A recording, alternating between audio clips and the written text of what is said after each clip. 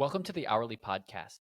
Today we're joined by Mike Axiotis, a veteran of the restaurant industry whose journey began in his uncle's diner and led him to become president and CEO of Lehigh Valley Restaurant Group. Mike shares his insights on embracing failure as a path to leadership growth and discusses the challenges of integrating technology into restaurants with affordable and effective solutions. He emphasizes the importance of hiring people who align to company values and envisions that AI will enhance the hiring process, forecasting, guest experiences, and so much more within the industry. Join us for a deep dive into leadership, innovation, and the evolving landscape of dining in America. So Mike, thanks for being here on the Hourly Podcast, where we talk everything hourly workers, how to recruit them, how to retain them, how to humanize them, and make them feel special so they can go off and do amazing things in their job, but also life. I've been tracking you for a while on LinkedIn, and I know we have a few mutual friends that have amazing things to say about you. So I was really excited to dig in and have these conversations. Let's start, because I know you have a really decorated past in restaurants. How did you get started, and what was your first job in this space? Absolutely, yeah. So I started working for my uncle in his diner. It was like a Greek diner, breakfast, lunch, and dinner, open 7 days a week, three busy day parts. And it started off as just a favor when he was short staffed. Hey, could you come in and bust some tables tonight? Just tonight. Yeah.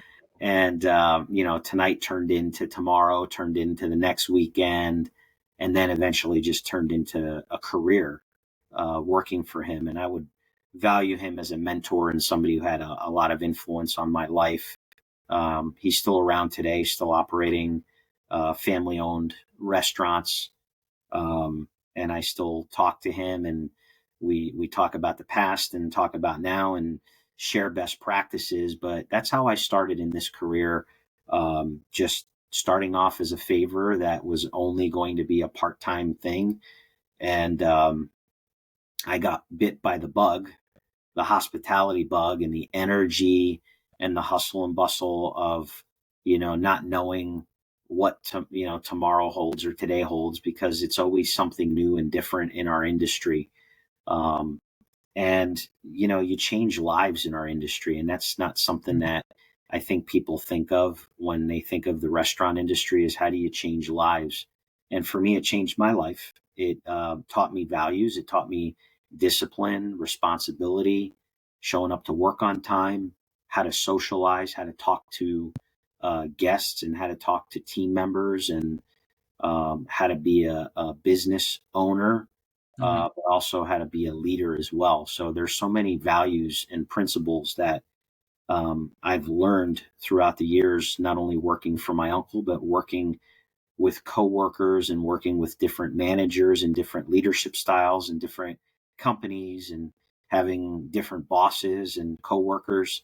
You learn a lot about people, and you learn a lot about what to do and also what not to do, because, let's face it, everyone has had great bosses, mediocre bosses, and some bad bosses.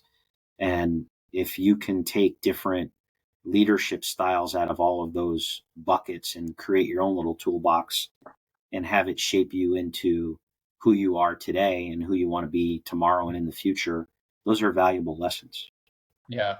And that's a great point. And when you say, great bosses and bad bosses, and learning about kind of like what type of leader you're going to be, Yeah. how would you define yourself as an operator? Like, what are some things, good and bad, you took from those previous experiences to build this awesome business that you have today? Sure. And I'll be vulnerable here because I think that's important, right? Sure. Who I am today is not who I was a year ago, 5 years ago, 10 years ago, 30 plus years ago. And just a note too, I went into business with my uncle when I was 18, right out of high school. And we owned a restaurant together with my sister and him. And, we were young and didn't know a lot about much other than how to be great hourly employees. We didn't know how to be leaders and how to manage a business. So there's just an enormous amount of mistakes that I've made throughout the years. And early on, I was embarrassed of those mistakes and I hid them. But I'd say over the last maybe 5 to 10 years, I've become more comfortable with who I am and sharing my story of my mistakes and my failures. Mm. Um, and the one thing that I've learned is that failures are a stepping stone to success. So that's one of my leadership styles that I have embraced and that I teach others is embrace your failures, learn from them. Don't keep making the same mistakes over and over. Make new mistakes so that you can become smarter and better at what you do. Um, but if you've never failed, you've never succeeded. Mm. Um, Failure is a stepping stone to success. It's 1 + 1 = 2. Um, for me, and I think that's very important. And I'd love to share that and scream that from the rooftops that you need to fail in order to succeed. Yeah, Um, and I could not agree more. I mean, I even think about just this podcast as a good example of it. Is when we first started, I mean, just a few months ago, every recording there was one critical error. Like the lights didn't turn on, I forgot to press the record button. There was one where my like feet were in the was in the picture, yeah, and um, like what I always stress to my team is mistakes are okay, but mistakes that happen more than once are unacceptable. So it's like, yes, if we want to be the leading podcast for hourly workers and employers, we have yeah, to make those mistakes in order to build the best possible product and refine who we are. So totally get it. And yeah, I have a lot of respect for the vulnerability and you being able and willing to share that side of you and those failures. So thanks for doing that.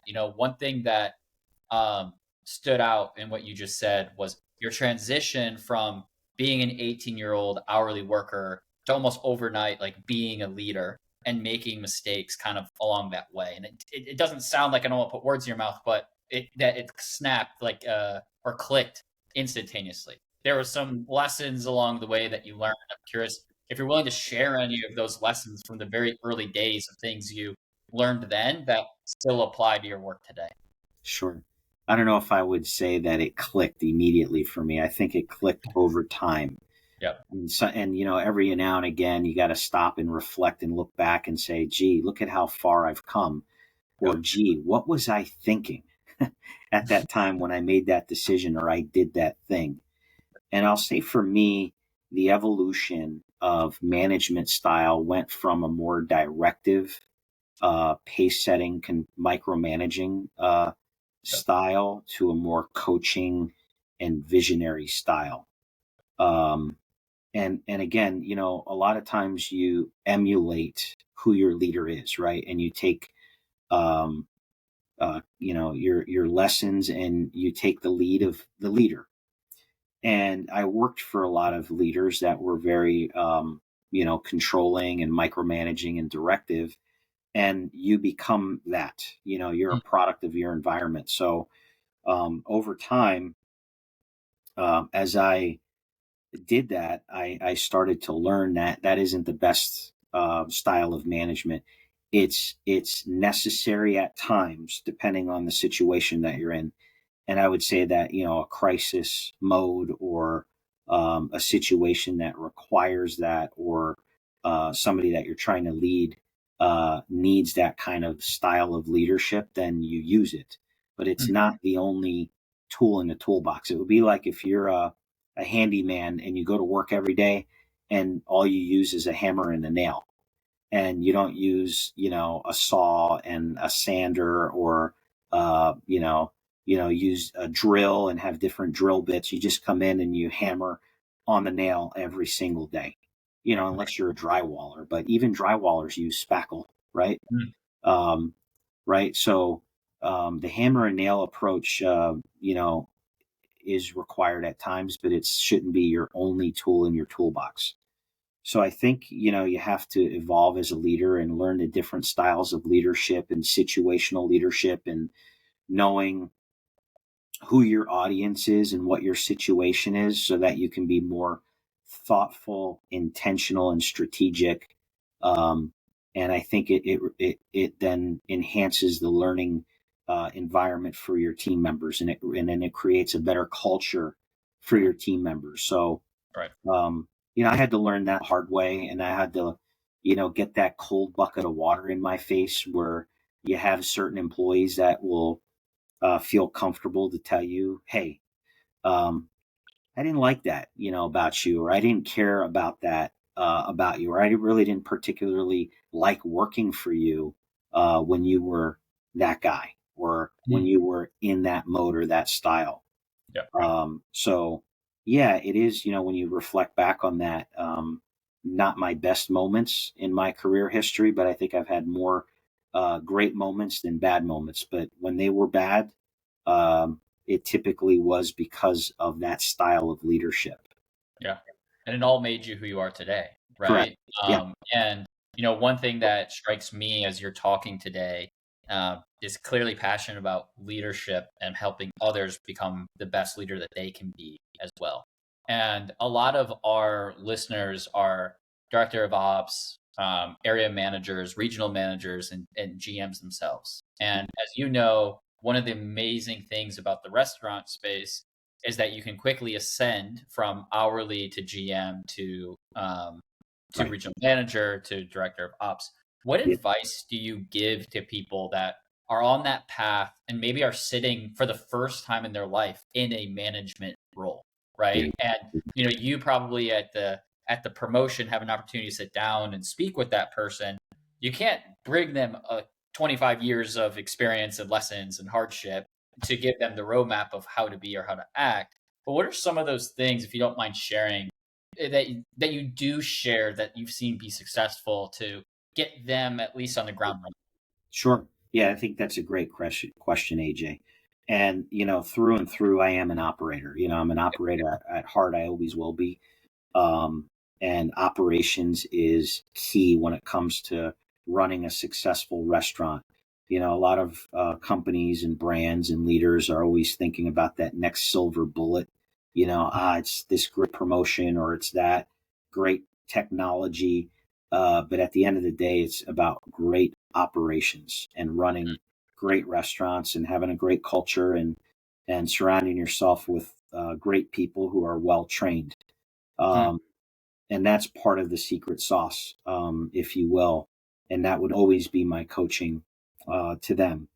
But the other piece of advice that I have is that every step of the way, no matter what level or role that you're at, whether it's manager, kitchen manager, general manager, regional manager, vice president of operations, COO, president, CEO, whatever level of leadership, and I want to use that term very emphatically, is it's about leadership. It's not about the title. mm, And I've made the mistake early on too, and I've seen young leaders that are newly promoted feel that as soon as they get their name on the front door, or they have the name badge that has the title, whatever that title is that they think that they have to change who they are, or they feel that the title itself defines who they are. And what defines you is your character and how you think, act, and behave. And you always have to think, act, and behave as a leader. It doesn't matter what level you're at. And the other thing is that you always have to think, act, and behave like an owner, as mm, if it was your own. Treat it as if it was your own. Don't wait for the next person to come in and say, well, that's his or her or their responsibility. I'm not the bar manager, or I'm not the general manager, or I'm not the district manager. That's their duty and responsibility. You have to own it as mm. if it was your own. So whenever you encounter an issue or a problem, you have to just own it and think, act, and behave as a leader, and Mm. that you're always on stage. Everyone is always watching you, and they're looking up to you. They're not watching you just to wait to see if you're going to make a mistake.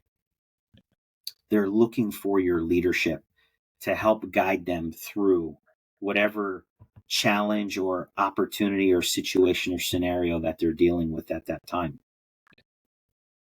Yeah, super interesting. And one of my favorite quotes that my dad used to always say to me is when a leader whispers, others hear shouts, right?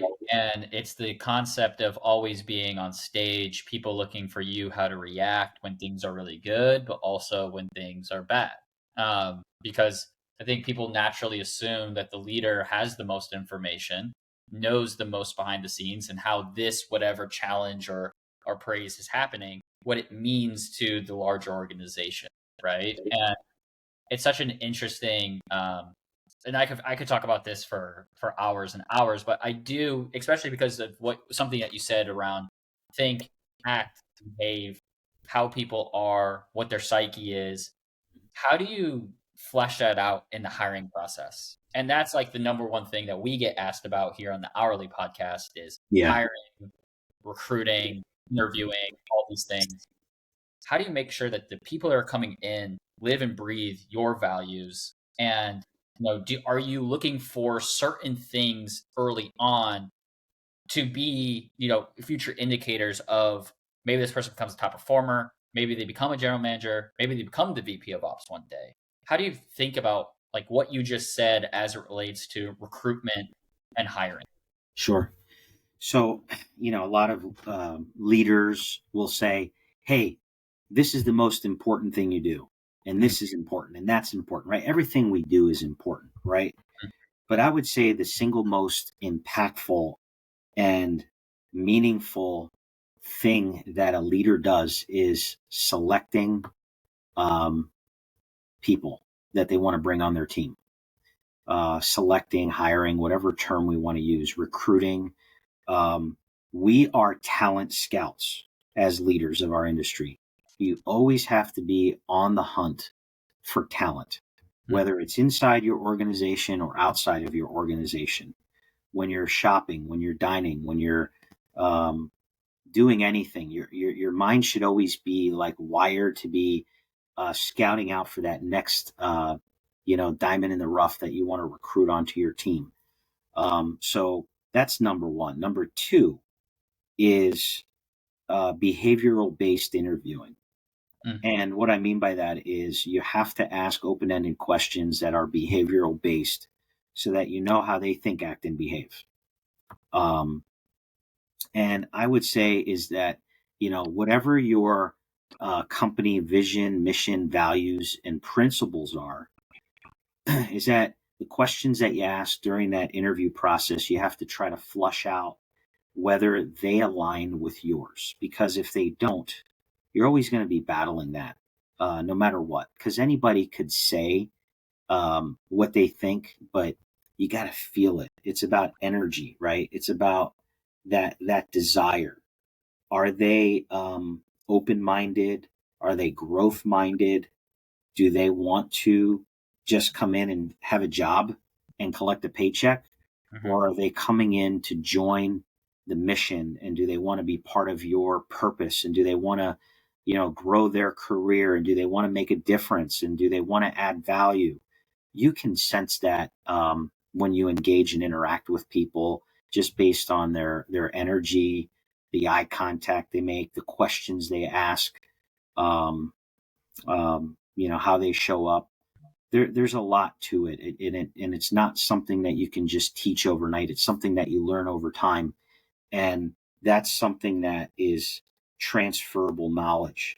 So you need leaders to teach and transfer their knowledge on how to scout out talent, how to have and conduct effective interviews, how to ask the right questions, the do's and don'ts. There's do's and don'ts in the interviewing process. There's an art and science and skill around that, and that's not something that you learn overnight.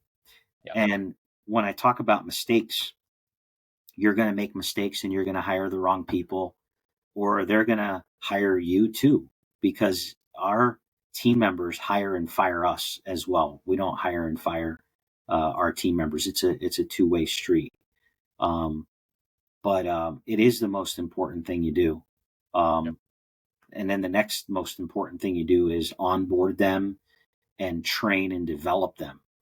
Mhm. And there's a lot of tools out there today. There's a lot of technology out there today, right? So to enhance or help with this process, I'm a believer that technology augments what we do as leaders. It doesn't replace. Um, there's the human interaction and the human factor. We're in the people business, and we always will be. Um, and I think there's a lot of productivity tools out there to help enhance how we stay competitive and how we um, um, improve the factors of hiring and selecting the right people. Because some of those tools will help flush out um, some of those things in advance to say, well, based on the way they answered those questions in that artificial intelligence chat bot, Yep.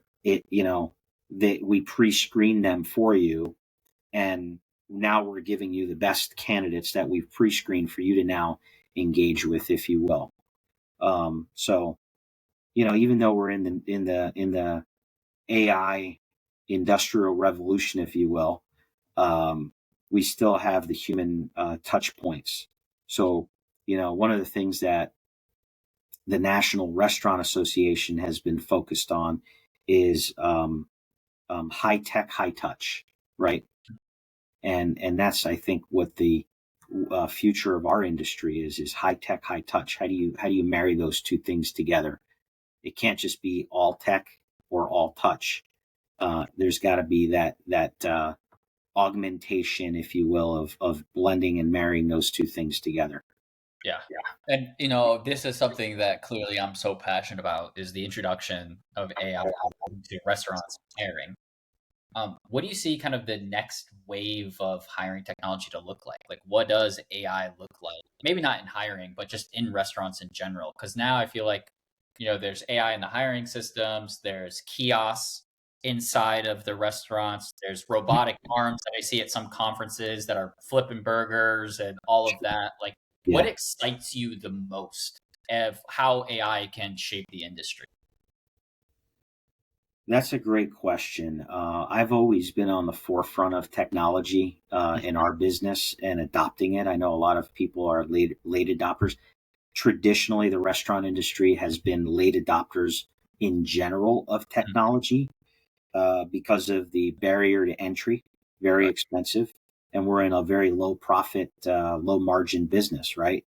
So I think first of all, affordability needs to be solved, Mm, and I see that happening, right? So how do you create an affordable option for operators to embrace adopting technology in their operation? That's number one. Number two is keep it simple. Don't make it complex because we already have a complex model as it is. right. So you have to make it as simple and approachable as possible. Number three is value add. Is does it truly add value, and can you show an immediate or near term return on investment for the operator? And if you can marry those four things together, I think you have a higher chance of success in creating and developing AI tools or tech tools for the restaurant industry. Yeah. Now, what problem are you trying to solve for? Is people, right? We don't want to replace them.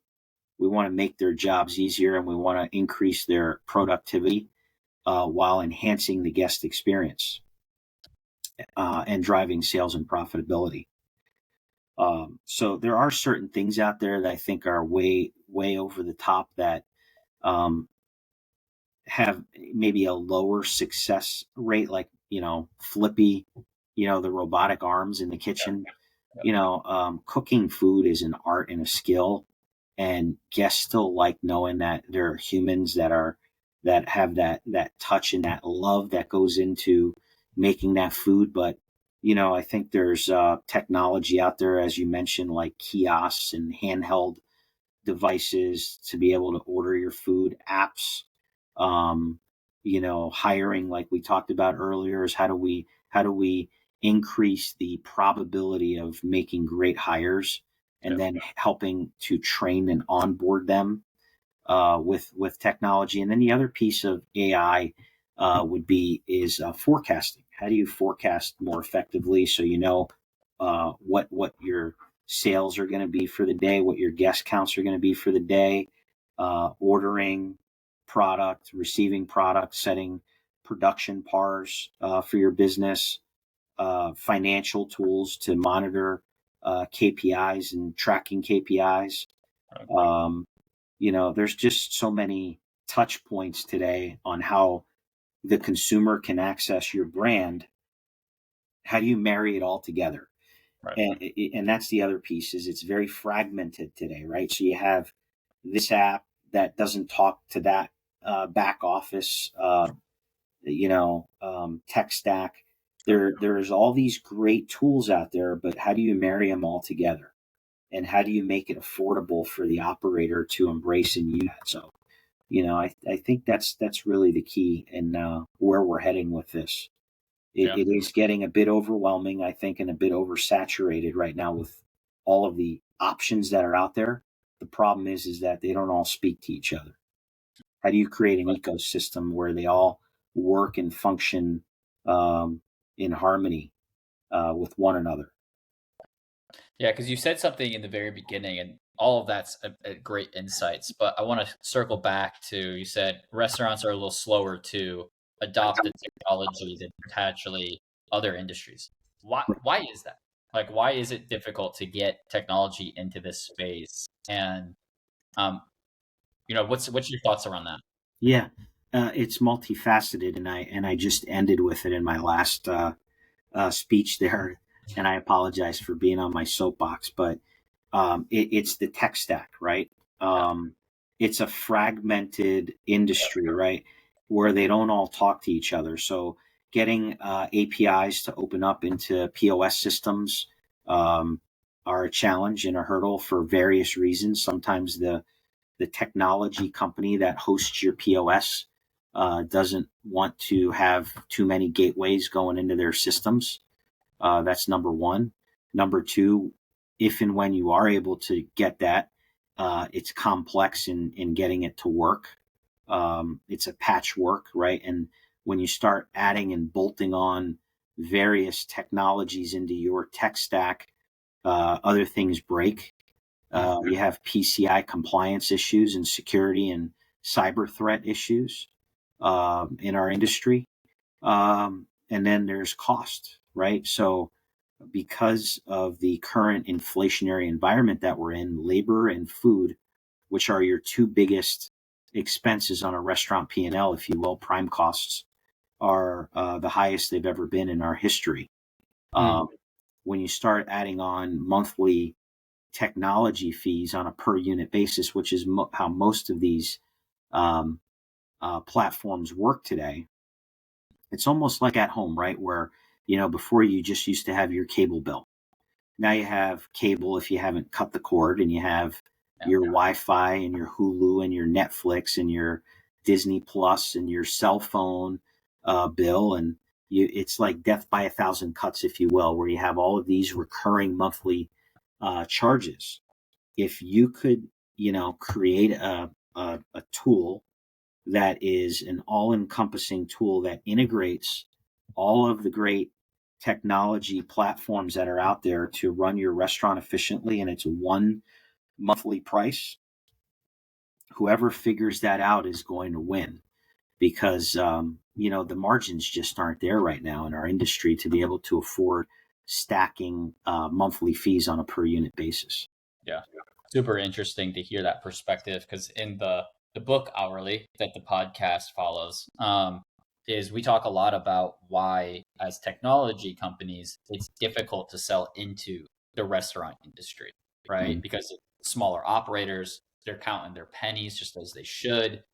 We're providing software that doesn't integrate, so it's easy to add. So it might get the impression that what you're doing is working because you're signing a lot of operators, but when it comes time for renewals, it's a different story, right? Because you, as an operator, as things get tighter, expect more from the tools that you do have. And the consequence of not getting what you need is a easy cancellation. You move on. And, especially for the majority of technology companies that are servicing this space being venture backed, the number one reason why people don't get subsequent funding is churn, customers can't see. So it's a lot easier as a technology company to service other industries that have less characteristics of churn, and therefore they shy away from the restaurant space, from the franchise space, and all these different things. So, I could see how there's profound challenges in restaurants, and from your perspective, why adding technology is difficult. And I think it's super interesting. But I can also see from a technology company perspective why it's difficult to service you. So it's not an equal, really intuitive marriage given the dynamic and all the characteristics therein. So super interesting. And we actually are cut on time, but I feel like we could talk about this for 100 hours if we need to. But Mike, the last question that I always ask, you've already kind of answered it, but I'll ask it again just because I ask every single guest. Your uncle's restaurant, what was it called? And what was your first role in that job before getting either promoted, terminated, or you leaving for another opportunity? So the name of the restaurant it was V7 Family Restaurant, and it was in Easton, Pennsylvania. It's no longer there, but it was a very successful restaurant that was there for multiple decades. And my first role there was busser, and then I eventually became a dishwasher, and then a line cook, and then I moved to the front of the house and worked various positions there, and eventually, towards the end, became a floor manager on the floor there by the time I was a senior in high school. Never been fired from a job. Um, I have been promoted and demoted out of jobs in the same company, and that is the company I'm in today, where I'm currently the president and CEO and been here for 26 years. That's another big learning lesson that early on I was embarrassed to share, but now I share it openly with people to encourage them that it's not all peaches and roses. I was early promoted into a general manager's job within the first 18 months of coming on board with Lehigh Valley Restaurant Group. And I thought I was all that in a bag of chips and thought I was ready for the job. And, I owned my own restaurant, and I've been in this business all this time. How hard could it be to be a general manager of a Red Robin restaurant? Little did I know, I was not ready for the job. I was over promoted, and I think my confidence exuded confidence in my boss who selected me to be promoted, and then very quickly realized, gee, Mike's not ready for this. And I wasn't prepared to hear that news. I thought I was, even though deep down I knew I wasn't. I think I allowed my pride and my ego to carry me through for, maybe 9 months. I think I lasted 9 to 11 months in that role, and was stepped back and demoted back into an assistant manager job. And once that happened, that was like eating humble pie. And I went back and I mastered the areas that I needed to learn, and a lot of it was leadership driven, how to think, act, and behave like a leader, um, not as a boss. Because I don't like that term. I don't even use that term. Um, it's leadership. So that was a pivotal moment in my career. And once that happened, and then I had the shot to get promoted again. I had an opportunity to get promoted, maybe within a year after, and I said, no, I'm not ready this time. I want to wait, and I'll let you know when I'm ready. So I waited 2 years, and I said to myself, the next time around, I'm going to make sure that this is never going to happen again. And then there was no looking back after that. My career just, really exploded and catapulted after that. Were always challenges along the way, leadership challenges or business challenges, or, a down sales environment, or, profitability challenges, or whatever you face in our industry. But that time getting demoted, I would say, was probably harder for me than when I failed at owning my own restaurant the first time, which I would call an epic failure. But getting demoted was I think more embarrassing and a shot to my ego than failing at owning my own restaurant. Uh, so No, no, these things happen. These things happen in people's careers. Yeah. And No, you got to take 2 steps forward in order to take 2 steps back in order to take 3 steps forward. I mixed that up, but you know what I mean. yeah, totally get it. Yeah, Again, thank you so much for the opportunity to connect today. If I once again connect with you, is LinkedIn the best way? Connect with you there. absolutely. All right, Yes. great. Yeah. Well, again, thank you so much, Mike, for being vulnerable, sharing your story, and telling us more about you. We really appreciate it here on the Hourly Podcast. It's my pleasure. Thank you.